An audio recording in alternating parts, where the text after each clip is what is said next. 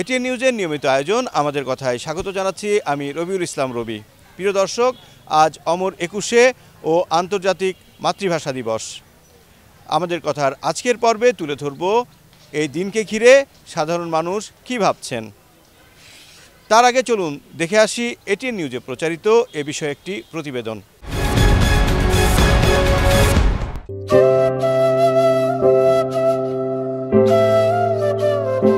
২২ ফেব্রুয়ারির দুপুরে তরুণদের রক্তে রঞ্জিত হয়েছিল রাজপথ, রং ধরেছিল পলাশে।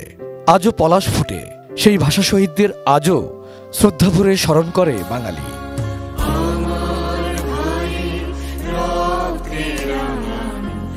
২১-এর প্রথম প্রহরে জাতির পক্ষ থেকে কেন্দ্রীয় শহীদ মিনারে প্রথমে পুষ্পস্তবক অর্পণ করেন রাষ্ট্রপতি মোহাম্মদ শাহাবুদ্দিন। ভাষা শহীদদের স্মৃতির প্রতি শ্রদ্ধা জানিয়ে কিছুক্ষণ নীরবে দাঁড়িয়ে থাকেন তিনি।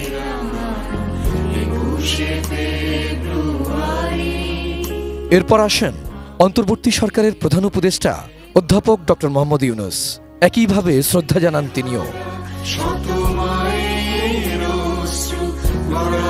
পরে প্রধান বিচারপতি, অন্তর্বর্তী সরকারের উপদেষ্টা পরিষদ এবং প্রধান নির্বাচন কমিশনার শ্রদ্ধা নিবেদন করেন।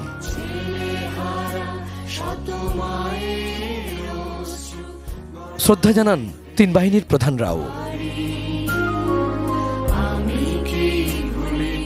এরপর ঢাকা বিশ্ববিদ্যালয়ের পক্ষে উপাচার্য ডক্টর নিয়াজ আহমেদ খান।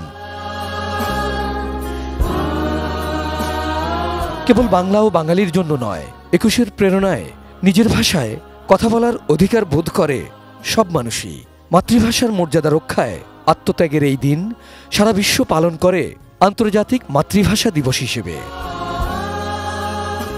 যাদের হাত ধরে বাঙালির স্বাধিকার আদায়ের চেতনা শুরু, তাদের প্রতি শ্রদ্ধা জানান বিভিন্ন রাজনৈতিক সংগঠনের নেতাকর্মীরা।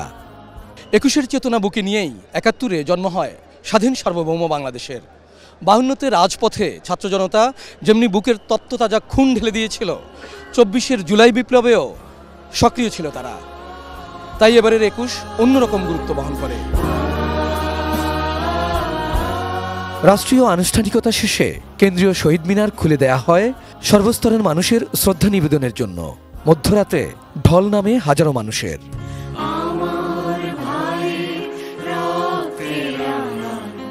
Abul Kalam Azad, ATN news, Dhaka. এবার চলুন জেনে আসি সাধারণ মানুষের মতামত।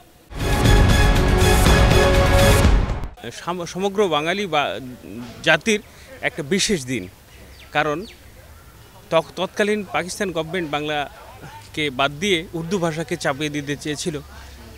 ছাত্র জনতা রুখে দিয়েছিলেন সেটা, এবং সালাম, বরকত, রফিক, শফিক তাৎক্ষণিক মৃত্যুবরণ করেন।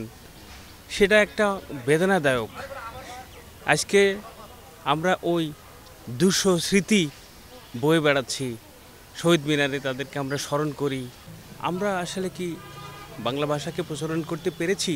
বাংলা ভাষাটা আমাদের খুব প্রাধান্য দিতে হবে।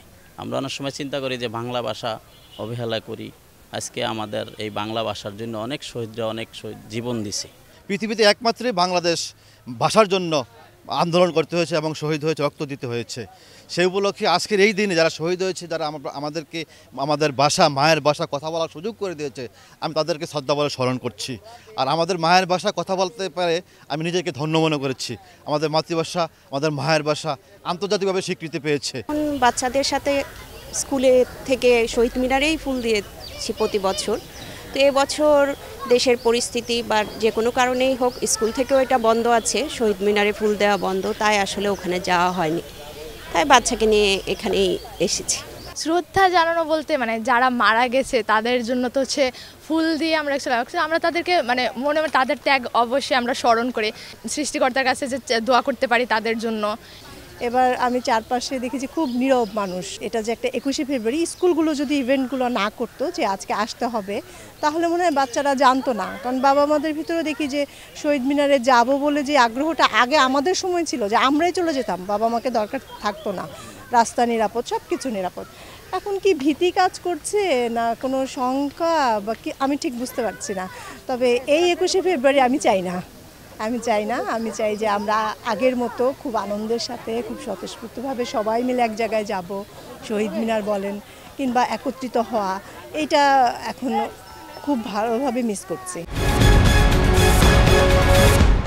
আমাদের কথায় স্বাগত জানাচ্ছি আমি গোপালগঞ্জ থেকে সজীব বিশ্বাস। অমর 21 ও আন্তর্জাতিক মাতৃভাষা দিবস আজ।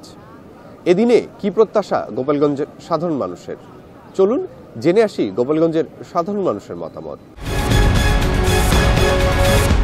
নতুন প্রজন্ম যারা আছে তাদের এই ব্যাপারটা তাৎপর্যটা ভিতর থেকে অনুভব করাতে হবে। আমরা যেন আমাদের ভাষাটাকে অন্য ভাষার সঙ্গে গুলিয়ে না ফেলি, মিশিয়ে না ফেলি। আমাদের ঐতিহ্য, আমাদের ভালোবাসা, আমাদের অহংকার, আমাদের ভাষাটাকে আমরা চর্চা করব। সারা বিশ্ব এই দিবসটাকে আন্তর্জাতিক মাতৃভাষা দিবস পালন করছে, তো আমাদের উচিত যে ভাষাটাকে হৃদয়ে ধারণ করা, মুখে অনুশীলন করা, সর্বদা সর্বক্ষেত্রে বাংলা চর্চাটা, শুদ্ধ বাংলা চর্চা করা। আমরাই যুদ্ধ করছি বাংলা ভাষার জন্য, যে ভাষাটাকে আসলে এই দিনটা আমরা প্রত্যাশা যে বাংলা ভাষাটাকে যে সঠিক ব্যবহার করা হয় আর কি। হ্যাঁ, সর্বক্ষেত্রে দেখেন আমাদের কিছু কিছু সাইনবোর্ড এখনও আমরা ইংরেজিতে দেখি। আমি চাই যে যেহেতু আমরা একটা বাংলা ভাষার জন্য যুদ্ধ করছি, সেহেতু প্রত্যেকটা সাইনবোর্ড, অফিস আদালতে বাংলা ভাষা প্রয়োগ করা হোক। আমরা আমার নিজের মায়ের ভাষা, আমার ভাষা থেকে আমরা যেন সরে না যাই। আমরা পৃথিবীর যত ভাষাই শিখি না কেন, আমার ভাষাটাকে আমরা যে রক্ত দিয়ে এই ভাষা মানে অর্জন করেছি, সর্বক্ষেত্রে বাংলার সঠিক ব্যবহারটা আমরা কিন্তু ভুলতে বসেছি। আপনারা খেয়াল করবেন, বাংলা ইংরেজির মিশ্র একটা ভাষা চলে আসছে। এই যুগের ছেলে মেয়েদের কাছে, এই প্রজন্মের কাছে এটা সবচেয়ে বড় একটা অভিশাপ বলে আমি মনে করি। প্রজন্ম যারা ছোট বাচ্চারা আছে তাদের কাছে মনে হয় জিনিসটা একেবারেই অন্যরকম হয়ে গেল, যা আমরা এতদিন দেখে আসছি যে মানুষের ঢল দুপুর পর্যন্ত এই শহীদ মিনারে থাকে, কিন্তু আজকে আমরা সেই জিনিসটার হয়তো অনেকটাই অনুপস্থিত দেখতে পাচ্ছি। আসলে সার্বিক পরিস্থিতি যাই হোক না কেন, কিন্তু এটার প্রভাব কোনোভাবেই আন্তর্জাতিক মাতৃভাষা দিবস বা 21শে ফেব্রুয়ারিতে পড়ার কথা নয়। তো এই জিনিসগুলো বিশ্লেষকরা যদি দেখে যে কী জন্য মানুষ এই স্বাধীনতা বা এই 21শে ফেব্রুয়ারি যে মাতৃভাষা দিবস এবং আন্তর্জাতিক মাতৃভাষা দিবস, এই জিনিসটাই কেন মানুষ বিমুখ হয়ে গেল, এই জিনিসটা আসলে ভাববার বিষয়, যেটা আমাদের ইতিহাস ও ঐতিহ্যের সাথে সম্পর্কযুক্ত। অমর 21 আন্তর্জাতিক মাতৃভাষা দিবস আজ। কুমিল্লার সাধারণ মানুষের কথা জানাতে আমাদের কথার আজকের পর্বে কুমিল্লা থেকে যুক্ত আছি আমি হুমায়ুন কবির জীবন। জানাবো তাদের কথা। এখনও আমরা দেখি বাংলার সঠিক ব্যবহার হয় না। আমরা এখনও যদি দেখি হাইকোর্টে অনেক রায় ইংরেজিতে প্রকাশিত হয়, যেটা অনেকের পক্ষে বোঝা সম্ভব না। আমরা এখনও দেখি যে টেন্ডার অনেক শিডিউলের শর্তগুলো ইংরেজিতে দেওয়া হয়, যেটা আমাদের জন্য অনেক সময় সমস্যা হয়ে যায়। আমি আজকে এই দিনে মহান 21শে ফেব্রুয়ারিতে আমি দাবি জানাই সর্বক্ষেত্রে বাংলা ভাষার ব্যবহার চালু হোক। মহান শহীদদের জন্য আজকে আমরা আমাদের কথা বলার সুযোগটা পাইছি। এক সময় এটা ছিল যে আমরা আমাদের কথা বলার অধিকারটা প্রায় হারাই ফেলছিলাম। তাদের আত্মত্যাগের বিনিময়ে আজকে আমাদের এই কথা বলার অধিকারটা আমরা ফিরে পেয়েছি। তাদের প্রতি সবসময় শ্রদ্ধা আমাদের থাকবে, আর এই শ্রদ্ধাটা একদিনের না, এটা চিরন্তন। প্রিয় দর্শক, এই ছিল আমাদের কথার আজকের আয়োজনে। আবার দেখা হবে নতুন কোনো বিষয় নিয়ে, নতুন কোনো পর্বে। সে পর্যন্ত সবাই ভালো থাকুন, সুস্থ থাকুন, সঙ্গে থাকুন এটিএন নিউজের।